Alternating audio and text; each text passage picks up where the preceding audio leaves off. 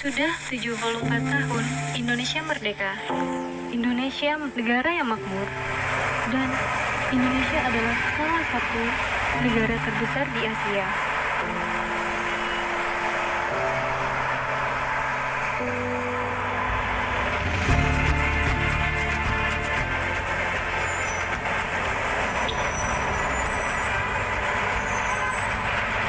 Namun, tahukah kamu, dulu Indonesia tidak semakmur sekarang. Karena pada masa itu, Indonesia diserang penjajah.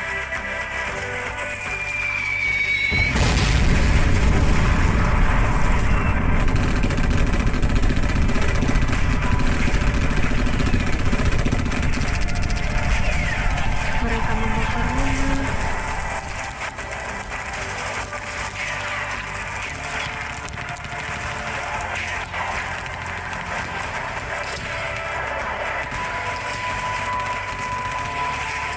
menangkap penduduk desa,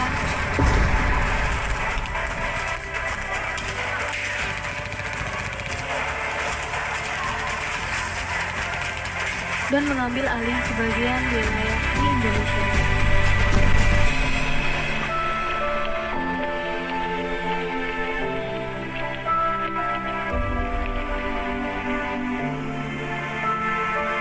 Saat hampir seluruh wilayah Indonesia diambil alih, banyak tokoh-tokoh pejuang yang memikirkan cara bagaimana melawan penjajah. Kita akan menyaksikan cerita perjuangan pahlawan-pahlawan kita dalam merumuskan naskah proklamasi kemerdekaan. Indonesia sebelum menjadi negara yang keren dan merdeka seperti sekarang, sejak abad ke-17 Indonesia didatangi bangsa asing yang ingin menguasai.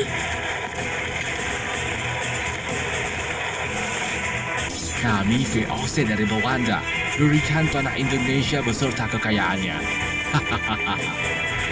Kami tentara dari negara Jepang. Kalian harus tunduk dan kerja paksa dan membantu kami dalam perang Asia Timur Raya.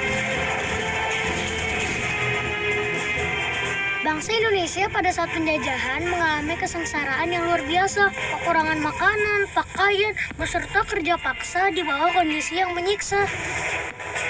Melihat penderitaan ini, tokoh-tokoh nasional Indonesia seperti Soekarno, Muhammad Hatta yang tergabung dalam PPKI berjuang untuk memerdekakan Indonesia. Indonesia sudah lebih dari 300 tahun menderita karena diduduki oleh penjajahan.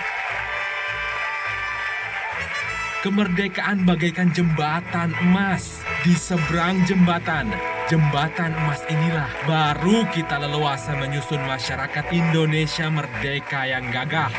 Marilah saudara-saudara bersedia melawan mati-matian kepada musuh sampai titik darah penghabisan.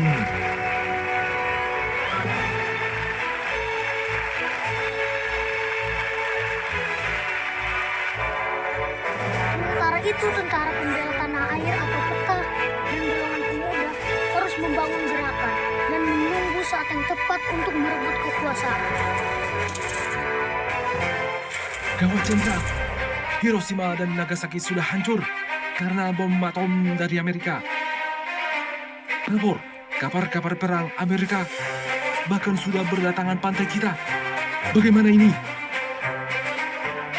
Menyerahlah atau Jepang kami hancurkan. Maka Jepang pun menyerah tanpa syarat kepada sekutu.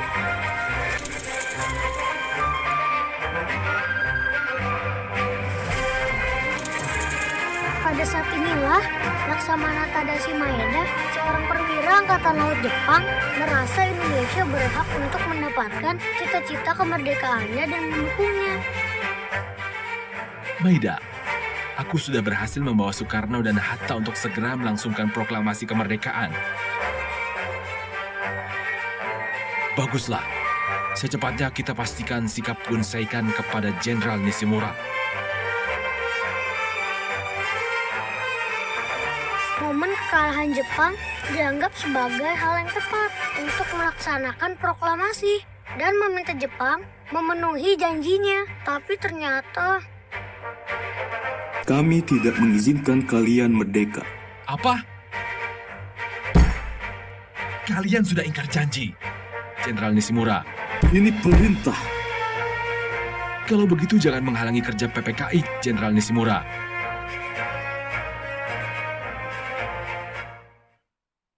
Soekarno dan rombongan pun tiba di rumah Laksamana Maeda.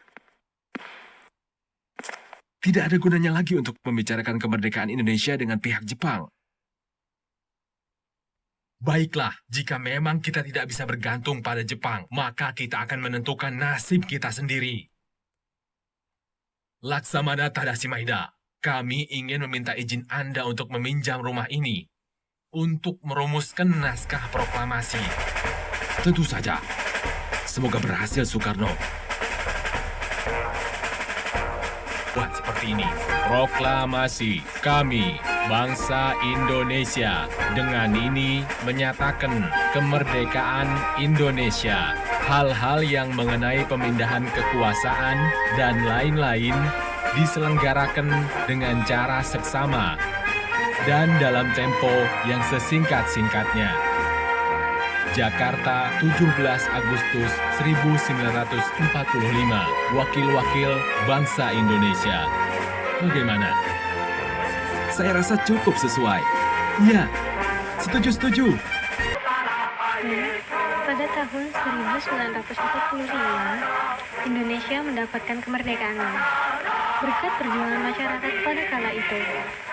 Kemudian, pada masa sekarang, bagaimana caranya kita melanjutkan perjuangan mereka?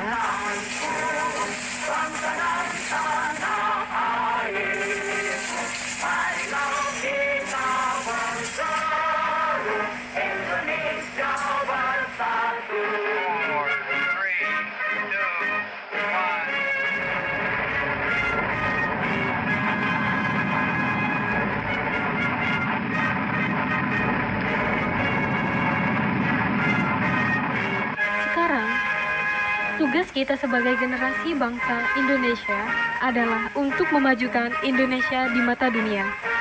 Indonesiaku jaya.